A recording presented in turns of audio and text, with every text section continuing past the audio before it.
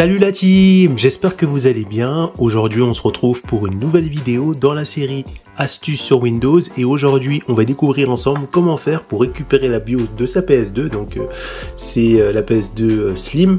Comment récupérer la BIOS sur sa PS2 avec une clé USB, donc récupérer sa BIOS sur sa clé USB pour ensuite la mettre sur Windows pour l'utiliser avec le logiciel d'émulation PS2 sur Windows. Ce qui va permettre de pouvoir mettre des ROM dedans pour jouer à des jeux et surtout faire ça de manière légale parce que c'est le but de la vidéo. Donc n'hésitez pas à vous abonner à la chaîne, à mettre un gros pouce bleu et activer la cloche de notification parce que ce sont des moyens gratuits qui permettent de soutenir la chaîne. Donc premièrement on a besoin bien sûr d'une PS2, d'une manette, du câble d'alimentation et surtout de ça, cet accessoire qui permet de relier la PS2 à la télé. Si vous n'avez pas d'ancienne télé, vous pouvez acheter cet accessoire là qui se retrouve sur Amazon ou parfois même dans les magasins, donc ça coûte à peu près 12 ou 13 euros sur Amazon.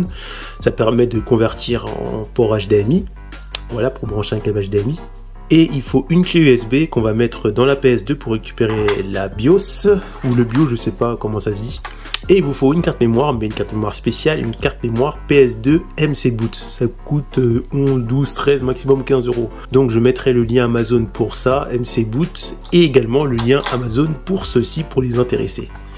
Donc voilà, il vous faut une carte mémoire MC Boot, soit ça si vous avez une vieille télé, ou ça si vous avez une télé récente. Après un câble d'alimentation bien sûr, et une manette, et une clé USB. Maintenant on passe aux étapes pour récupérer la BIOS.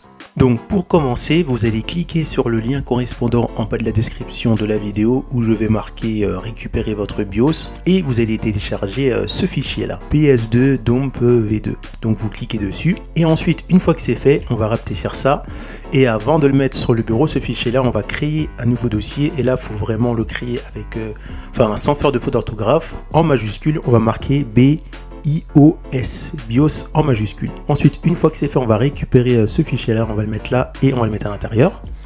Ensuite, on vérifie que ce fichier est... Wow, j'ai bugué.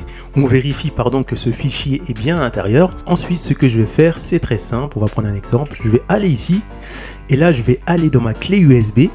Et ça, je vais le mettre directement dans ma clé USB. Mais avant de le mettre dans ma clé USB, il faut que ma clé USB soit sur un certain format qui permet à ma PS2 de lire ma clé USB, je crois. Donc ce qu'on va faire pour vérifier que votre clé USB soit du bon format, on va aller dans Propriétés. Si dans Propriétés, vous voyez que votre clé USB est bien en FAT32, c'est bon. Si jamais votre clé USB n'est pas en FAT32, c'est pas grave, on a quand même la possibilité de le mettre en FAT32. Par contre, il va falloir formater votre clé USB. Pour la formater, c'est très simple. On va dans Formater. Donc prenez bien soin de récupérer tous les fichiers importants et là vous choisissez le format de fichier, le système de fichiers qui vous intéresse et vous faites démarrer. Ensuite, une fois que c'est sur ma clé USB, là par contre je vais l'extraire, donc on peut utiliser cette zip ou un autre logiciel pour extraire. Donc là je fais extraire les fichiers ici et voilà, donc là tout est extrait. Maintenant ce qu'on va faire, c'est que je vais enlever ma clé USB et on va se retrouver sur la PS2. Une fois qu'on a tout mis dans la clé USB, on peut enfin passer à la pratique, c'est-à-dire extraire le BIOS de la PS2 pour le récupérer sur une clé USB. Donc je commence, je mets la carte mémoire, hop. Ensuite je rentre la clé USB dans la PS2,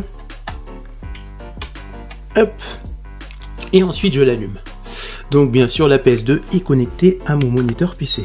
Donc premièrement, on va aller ici sur une launcher ELF, on va cliquer dessus. Ensuite vous patientez un peu et vous allez voir ce menu apparaître. Ensuite on appuie sur rond pour accéder au file browser. Ensuite une fois que c'est fait, on va d'abord aller dans masse. Ici on appuie sur rond pour valider. Ensuite on va aller sur BIOS, on appuie encore sur rond pour valider et on va récupérer ce fichier là. Donc là on va pas appuyer sur rond mais on va appuyer sur X. Voilà, ça va nous permettre d'accéder ici. On va prendre le premier, le dumpingbiomass.elf et on va appuyer sur L1. Ensuite on va appuyer sur rond pour faire un copier. Une fois que c'est copié, on va revenir en arrière. Regardez bien le poids du fichier, donc c'est 360 KB. Ensuite on revient sur les deux petits points, on appuie sur rond. Ensuite là on va aller sur la carte mémoire qui m'a permis de modder ma console. Donc ma carte mémoire est mise sur l'emplacement 1, donc ça va être le MC0, et si votre carte mémoire est mise sur l'emplacement 2, ça va être le MC1. Donc je clique dessus toujours en appuyant sur rond. Ensuite, une fois qu'on est ici, on n'a plus qu'à coller. Tout d'abord, regardez bien l'espace disponible sur la carte mémoire que j'ai sur ma PS2. Donc c'est 545.0 KB. Retenez bien ça parce que si jamais vous, quand vous allez coller le fichier qu'on a copié ici et que ça fonctionne pas, je vais vous dire pourquoi. Donc là, je vais faire le collage. Donc là, je vais juste appuyer sur R1 et je vais faire paste en appuyant toujours sur rond. Donc là, ça va prendre un petit peu de temps pour copier le fichier. On va attendre. Donc ça met un peu de temps. Et le fichier, il est juste ici. Donc si jamais vous, le fichier dumpbiosmass.elf n'apparaît pas, c'est uniquement pour les raisons que je vous ai dit tout à l'heure. Si maintenant on regarde le stockage de ma carte mémoire, on voit que ça a baissé parce que j'ai copié ce fichier. Je suis passé à 184 alors qu'avant j'étais dans les 500 ou 400 à peu près. Donc si jamais vous, ce fichier ne se copie pas, c'est très simple. Ce que vous allez faire, c'est que vous allez supprimer 2 fichiers ou 3 fichiers. Donc là, vous voyez les fichiers que j'ai ici. Vous allez supprimer les fichiers qui n'apparaissent pas ici. Donc tous les fichiers que vous avez qui n'apparaissent pas ici, vous les supprimez. Donc pour cela, par exemple, je prends le fichier boot, je vais appuyer sur R1, je vais sur delete, je clique sur delete, et là je ne vais pas faire OK, je fais canal. Voilà. Donc vous allez supprimer tous les fichiers que vous ne voyez pas apparaître ici. Donc les fichiers que vous avez et que moi j'ai pas, vous les supprimez, ça va créer aucun problème. Ensuite, une fois que c'est fait, vous refaites la manip et ensuite vous allez pouvoir copier le fichier dumpbios. En fait, pour les personnes qui ont acheté une carte FreeNC Boot mais de 8 MB, malheureusement 8 MB ça laisse très peu d'espace disponible. Donc voilà pour le petit problème si jamais vous le rencontrez. Ensuite, une fois qu'on a fait ça, on va enfin pouvoir copier les fichiers du BIOS de la PS2 pour les mettre sur la clé USB. Donc là, on va juste sur le fichier dumpbiosmass.elf et on appuie sur rond. Donc là, pas de panique, vous allez voir plein de choses comme ça apparaître. Pas de panique, vous n'allez pas casser votre PS2, c'est en train de copier les fichiers du BIOS directement sur votre clé USB. Ensuite, quand vous voyez comping NVM completed, ok, là ce qu'il faut faire, c'est qu'il faut redémarrer votre console. Ne vous inquiétez pas, ça va pas endommager votre console. Donc là, j'éteins et je fais un redémarrage. Vous pouvez voir que tout fonctionne correctement et maintenant on se retrouve sur PC avec la clé USB pour voir si ça a bien marché. Donc on se retrouve sur le PC et là je vais à nouveau cliquer sur ma clé USB que j'ai remis sur mon PC et là on peut voir que les fichiers bio sont bien apparus. Ensuite vous allez vous rendre sur le site PCSX2 donc pour télécharger l'émulateur PS2. Si c'est pas fait, vous allez ici sur download et vous prenez la dernière version qui est ici pour Windows, vous faites installer celle-là. Ensuite, une fois que c'est installé, cette fois-ci on va cliquer sur le logiciel d'émulation PS2. Voilà, et là on va mettre comme langue français bien sûr. Voilà, on clique sur suivant. Donc moi je vais faire écraser parce que je vais recommencer ça avec vous. Donc là je fais suivant. Et là on arrive à l'étape fatidique. Donc là on va mettre notre BIOS et faire les choses de manière légale. Donc pour cette étape là c'est très simple. On va faire juste afficher dans l'emplacement. Donc voilà l'emplacement où on doit mettre le fichier BIOS. Et là on va retourner dans notre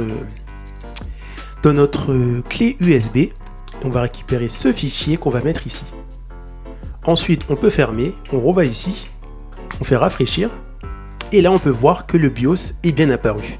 On fait terminer, et ça y est, vous avez installé votre BIOS sur le logiciel d'émulation PCSX2 de manière légale. Et voilà, on arrive à la fin de cette vidéo. Dans de prochaines vidéos, je vais vous expliquer d'une part comment faire pour jouer avec vos jeux PS2 sur PC, c'est-à-dire récupérer le CD du jeu PS2, le mettre dans un lecteur DVD et l'utiliser avec l'émulateur PCSX2, et une autre vidéo où je vais vous expliquer comment faire pour extraire le fichier du jeu à l'intérieur du CD de PS2 et le mettre sur format numérique sur votre PC pour y jouer sans avoir besoin de mettre un CD, et ça toujours de manière légale. Donc on se retrouve pour une prochaine vidéo. À plus la team. Pour retrouver d'autres astuces sur Windows, cliquez sur les flèches du numérique après vous êtes abonné bien sûr. Rendez-vous dans l'onglet playlist et là cliquez sur la playlist astuces Windows. Donc pour l'instant on retrouve que quelques astuces Windows, mais je mettrai bien évidemment cette playlist à jour dans la mesure du possible. A plus la team.